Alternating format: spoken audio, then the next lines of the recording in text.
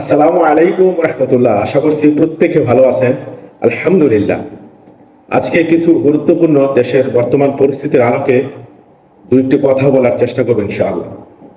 আমরা জানি যে গত 5 তারিখ বাংলাদেশের ফেসিবাদী সরকার এবং তার প্রধানতম ব্যক্তি যে ছিলেন এই দুনিয়াতে জীবিতদের মধ্যে নারী স্বৈরাচার হিসাবে, যিনি ইতিমধ্যে অনেকগুলো পদক পেয়েছেন, সে হাসিনা সরকারের পতন এবং দিল্লিতে পলায়নের পরে অনেকগুলো গুরুত্বপূর্ণ ঘটনা ঘটে গেছে।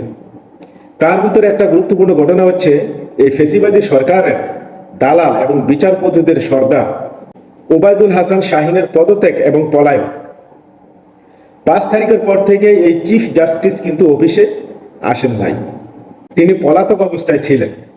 তবে এই চিফ জাস্টিসের ফজিলত বা আমলনামা সম্পর্কে আপনাদের একটু মনে করিয়ে দিই। এই যে রাজাকারের বিচারের নামে যুদ্ধ অপরাধীদের ট্রাইব্যুনাল গঠন করা হয়েছিল, সে একটি ট্রাইব্যুনালের চেয়ারম্যান ছিলেন এবং বিদেশ থেকে রায় লিখে এনে এবং যা ইচ্ছা তা পত্রিকার কাটিং, মিথ্যাচার, মিথ্যা সাক্ষী, মানুষের মিথ্যা সাক্ষী দিয়ে মানুষের বিচার করা, ফাঁসি দেওয়ার যে নাটক আমরা দেখলাম, এই পুরো প্রসিডিং এর সাথে সে জড়িত ছিল। তিনি বাকশাল ছাত্রলীগ করেছেন, জঘন্যতম চিন্তার এবং ফাঁসিবাদী চরিত্রের মানুষ। এবং এবং এবং স্কাইপি কেলেঙ্কারি যখন বের হয় 2013, 14 বা 15 সালে, আমরা দেখলাম তার কথাই বারবার এসেছে।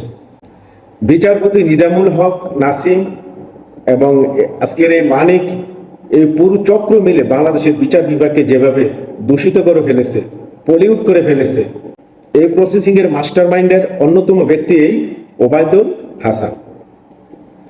তাকে আজকে নির্লজ্জভাবে গণ অভ্যুত্থানের মাধ্যমে হাসিনাকে যেভাবে নির্লজ্জভাবে দেশ ত্যাগ করতে হয়েছে, তাকেও তার বিচারাঙ্গন ছেড়ে নির্লজ্জভাবে চলে যেতে হয়েছে।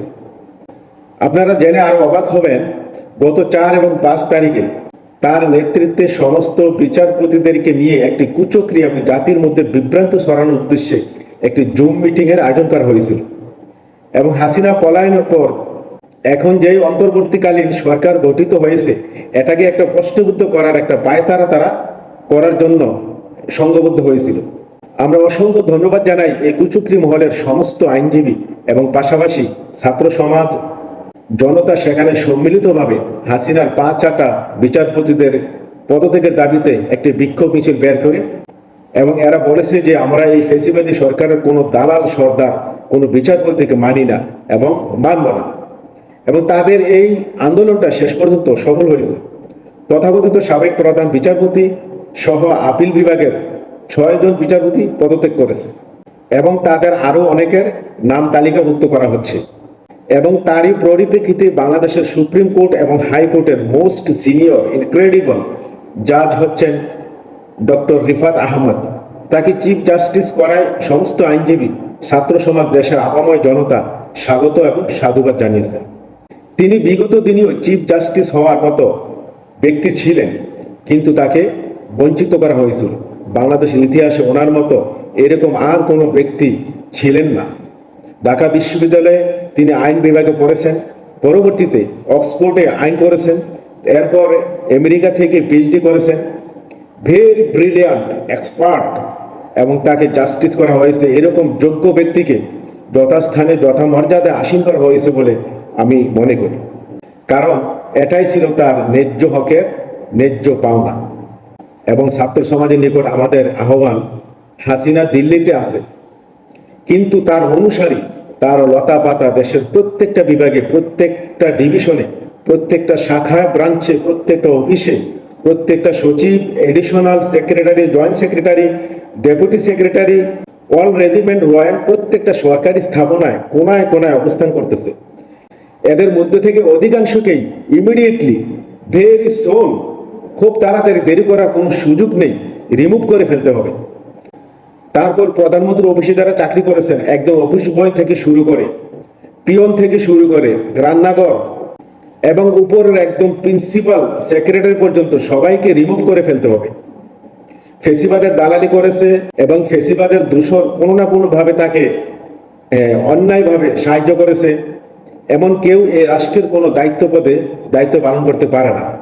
আরো দুঃখজনক ব্যাপার, দেখলাম কিছু থানাগুলিকে ওপেন করা হচ্ছে, সেই আগের একই ওসিকে রেখে, একই পুলিশ কমিশনার রেখে, একই উপ পুলিশ কমিশনার যাদের অর্ডারে যে সকল ওসি গুলি চালিয়ে হাজার হাজার মানুষকে হত্যা করেছে, তাদের নেতৃত্বে পুলিশ চলতে পারে না, তাদের নেতৃত্বে কোনো থানা ওপেন হতে পারে না।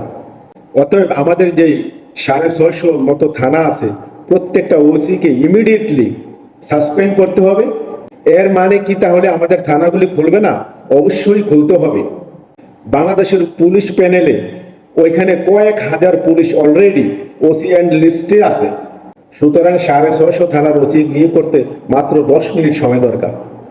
তাই বলবো, অনেস্টি, ইন্টারগ্রিটি, সততা, যোগ্যতা বিবেচনা নতুন করে প্রত্যেকটা থানাকে ঢেলে সাজাতে হবে।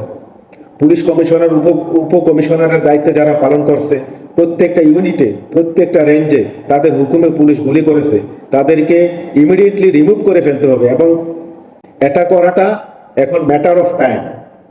এবং ব্যারাকে আমরা জানি যে সকল পুলিশ সদস্য গণহত্যার সাথে জড়িত ছিল। ডিবি হারুন, এডিসি মনির, বেনজিরের উত্তরসূরি যারা ছিল, ডিএমপি হাবিব থেকে শুরু করে এই যে corrupt Awami League police officer যারা ছিল, তাদের অনুগত সাবেক ছাত্রলীগের নেতাকর্মীরা যারা গণহত্যায় জড়িত ছিল, তারা এখন ব্যারাকে ব্যারাকে বিদ্রোহের নেতৃত্ব দিচ্ছে। তাদেরকে আলটিমেটাম দিয়ে অস্ত্র সমর্পণ করতে হবে এবং কাজে জয়েন করতে হবে সাসপেন্ড অবস্থায়। বাংলাদেশ র্যাবে মিলিটারি যত অফিসার আছে, তাদেরকে খুব দ্রুত তাদের নিজ দায়িত্বে, নিজ বাহিনীতে ফেরত পাঠিয়ে দিতে হবে এবং র্যাবকে একবারে ভ্যানিশ করে দিতে হবে। সবাইকে আরো সজাগ দৃষ্টি রাখতে হবে। বিভিন্ন জায়গাতে আওয়ামী লীগের নেতারা টাকা দিয়ে বিভিন্ন ধরনের অপ্রীতিকর ঘটনা ঘটাচ্ছে, মেয়েদেরকে কিডন্যাপ করতেছে, ধর্ষণ করতেছে এবং ডাকাতি করতেছে, এবং অলরেডি অনেকেই ধরাও পড়েছে। এবং এরা দেশবাসীকে বোঝানোর চেষ্টা করতেছে, আপনারা যে হাসিনাকে এই পদচ্যুত করেছেন, হাসিনাকে ভাগিয়ে দিয়েছেন, এখন আপনারা কি শান্তিতে আছেন না আগে শান্তিতে ছিলেন? এবার মতলববাজ কিছু হিন্দু ভাইয়ের উদ্দেশ্যে একটি কথা, আপনারা যারা গত 15 বছর এই স্বৈরাচারের নেতৃত্বে জুলুম অত্যাচারে সামিল ছিলেন, আজকে কিন্তু তাদের দোকানপাট ভাঙচুর হচ্ছে, ঘরবাড়ি ভাঙচুর হচ্ছে। যখন আপনার দোকানপাট, ব্যবসা প্রতিষ্ঠান ভাঙচুর হচ্ছে, তখন আপনি এসে বলছেন আপনি হিন্দু, আপনি সংখ্যালঘুদের বাড়িঘর ভাঙ্গা হচ্ছে। ভাই, এখানেই চুপ থাকেন। ব্যাপারটা এরকম না আপনার বাড়ি ভাঙ্গা হচ্ছে বিদায় আপনি এখন সংখ্যালঘু হয়ে গেছেন।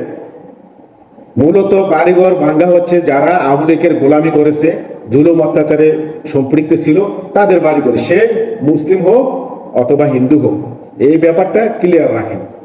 তবে কোনো হিন্দু ভাইদের, কোনো সাধারণ মানুষের বাড়িঘর ভাঙ্গা হোক, লুটপাট হোক, তা আমরা কখনোই চাই না। এটা কঠিন হাতে দমন করতে হবে এবং কঠিন হস্তে এটা থেকে মানুষকে বিরত রাখতে হবে, বুঝাইতে হবে। এটার জন্য সবার কাছে আমরা করজোর অনুরোধ করছি, এই ধরনের কোনো অপ্রীতিকর, কোনো অস্থিতিশীল কোনো পরিস্থিতির মধ্যে আপনারা কেউ জড়াবেন না। এবং আমি জোর দাবি জানাচ্ছি, যারা সাধারণ হিন্দু, সংখ্যালঘু নয়, বরং আমরা তাদেরকে আমরা বলি আমরা সবাই মিলে আমরা বাংলাদেশি, আমরা আর আপনাদেরকে সংখ্যালঘু বলতে চাই না, তাদের সম্পূর্ণ নিরাপত্তা ব্যবস্থা আমরা জোর দাবি জানাচ্ছি। সবকিছু মিলিয়ে এই অন্তর্বর্তীকালীন সরকারের সফলতা কামনা করছি এবং এই সরকারের সমস্ত ধরনের সহযোগিতা করা যায় এমন চিন্তা ভাবনা নিয়ে আমরা প্রবাসীরা আমাদের পক্ষ থেকে আমরা সর্বোচ্চ সহযোগিতা করবো ইনশাআল্লাহ। প্রফেসর ইউনূস সাহেব সহ কেয়ারটেকার সরকারের সমস্ত অ্যাডভাইজারদেরকে অনুরোধ করব, আপনারা পজিটিভ অ্যাকশন গ্রহণ করুন। রিপ্লেসমেন্ট জরুরি। আপনাদের পিএস কে হচ্ছে, আপনাদের এপিএস কে হচ্ছে, আপনাদের ফোনটাকে কে ধরবে, আপনার অ্যাপয়েন্টমেন্ট ডায়েরিটা কে মেনটেন করবে, এটাকে সিরিয়াসলি মেনটেন করবেন। কারণ হাসিনার পেতাত্তা দোসররা কিন্তু পাড়ায় পাড়ায়, মহল্লায় মহল্লায়, শহরে শহরে, প্রত্যেকটা ডিপার্টমেন্টে এখনো রয়ে গেছে। শুধু হাসিনা পেয়ে গেছে, বাকি সবাই কিন্তু এখনো দেশের মধ্যে বিদ্যমান।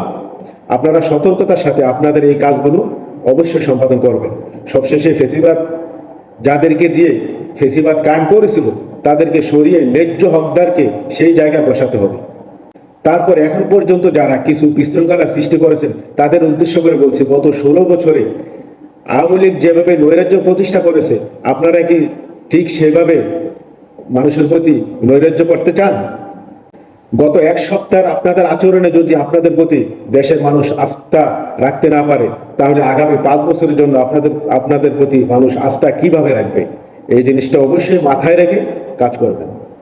সবশেষে এই কথাটা আবারও স্মরণ করিয়ে দিয়ে শেষ করতে চাই যে আমরা হাসিনার ফেসিবাদী বিরুদ্ধে লড়াই করছি এবং তার শেডু ছায়া, তার দোসররা কিন্তু এখনো দেশের প্রত্যেকটা ডিপার্টমেন্টে রয়ে গেছে। তাই আমাদেরকে সর্বোচ্চ সতর্কতার সহিত চোখ কান খোলা রেখে সামনের দিকে পথ চলতে হবে। ধন্যবাদ সবাইকে। আসসালামু আলাইকুম ওয়া রাহমাতুল্লাহি ওয়া বারাকাতুহু।